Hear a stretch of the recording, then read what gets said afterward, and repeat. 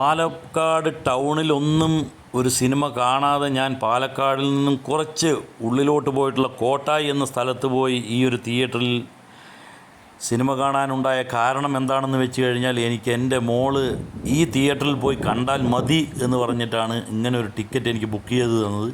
ഞാനൊരു മാർക്കോ എന്നുള്ള സിനിമ കാണാൻ വേണ്ടി ആവിഷ്കാർ എന്ന തിയേറ്ററിൽ കോട്ടായിലുള്ള പാലക്കാട് ജില്ലയിലെ കോട്ടായിലുള്ള ആ ഒരു തിയേറ്ററിൽ വന്നതാണ്.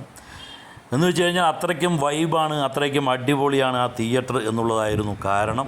അതുകൊണ്ടാണ് അങ്ങനെ ഒരു സ്ഥലത്ത് വന്നത്.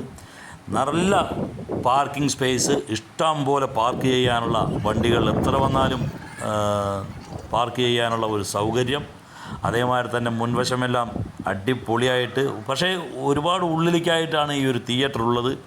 അപ്പോൾ ഇവിടുത്തെ കാഴ്ചകൾ കണ്ടപ്പോൾ എനിക്കും ആ ഒരു തിയേറ്ററും പരിസരവും വളരെ ഇഷ്ടപ്പെട്ടു.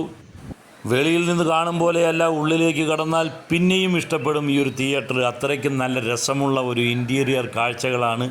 ഉള്ളിലത്തെ ആ ഒരു റിസപ്ഷൻ ഏരിയയും ടിക്കറ്റ് കൗണ്ടറും എല്ലാം തന്നെ വളരെ മനോഹരമാണ്. മുൻപിൽ തന്നെ ആളുകൾക്ക് ഇരിക്കാനുള്ള ഒരു സൗകര്യങ്ങളും സോഫയും മറ്റുമൊക്കെ ഇട്ടിട്ട്, ഒരു വശത്ത് ഫുഡ് കോർട്ട്, ചായയും സ്നാക്സ് വല്ലതുമൊക്കെ വാങ്ങി അവിടെ തന്നെ ഇരുന്ന് കഴിക്കാനുള്ള ആ ഒരു സൗകര്യങ്ങൾ. വളരെ വൃത്തിയോടെയും വെടിപ്പോടെയും തന്നെയാണ് എല്ലാ സ്ഥലങ്ങളും. ഒരു വശത്ത് പബ്സ്, സമോസ അങ്ങനെയുള്ള സ്നാക്സുകളും ചായ, കോഫി പോലെയുള്ള ഡ്രിങ്ക്സുകളും, ഒരു വശത്ത് പോപ്കോൺ ഐറ്റംസ്, അതിൻ്റെ ഒരു സൈഡിൽ ഐസ്ക്രീം, ഇങ്ങനെയൊക്കെയാണ് അവിടെ സജ്ജീകരിച്ചിരിക്കുന്നത്.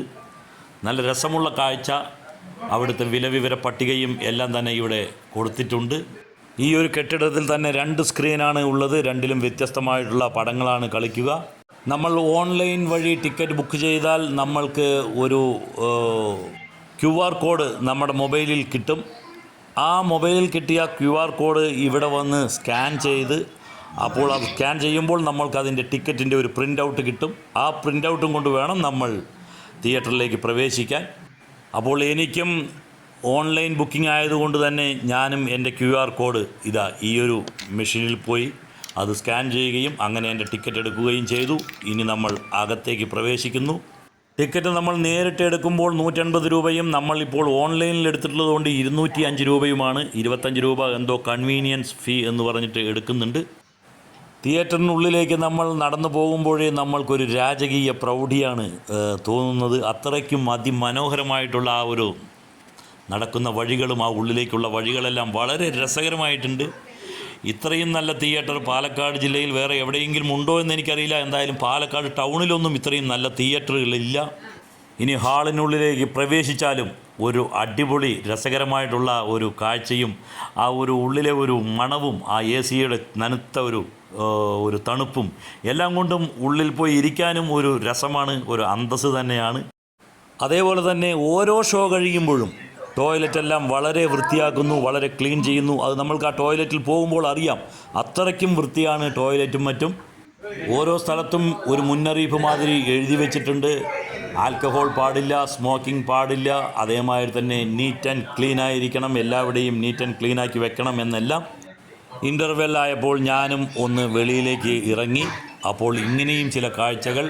ഇൻ്റർവെല്ലിന് മുമ്പിലുള്ള ഒരു സിനിമയുടെ കാര്യങ്ങൾ പറയുകയാണെങ്കിൽ വളരെ ആളെ പിടിച്ചിരുത്തുന്ന ഒരു രംഗങ്ങളും ഇല്ലെങ്കിൽ ആ ഒരു കഥയുടെ പോക്കുമെല്ലാം അങ്ങനെ തന്നെയാണ്. ഇൻ്റർവെൽ സമയത്ത് ഞാനും അവിടെ നിന്നും ഒരു ചായയും ഒരു ചെറിയ കടിയും എല്ലാം വാങ്ങിച്ചു. വളരെ രസകരമായിട്ടുള്ള ചായയൊക്കെ കിട്ടുന്നുണ്ട്.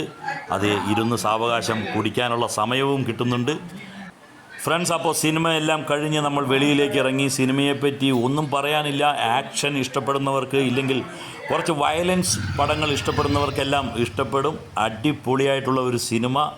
അതേപോലെ തന്നെ 18 വയസ്സിന് താഴെ എന്ന് പറയുന്നു. അങ്ങനെയല്ല ഞാൻ പറയുന്നത്, മനക്കട്ടിയുള്ളവർ പോയി കണ്ടാൽ മതി ഈ ഒരു സിനിമ എന്നാണ്.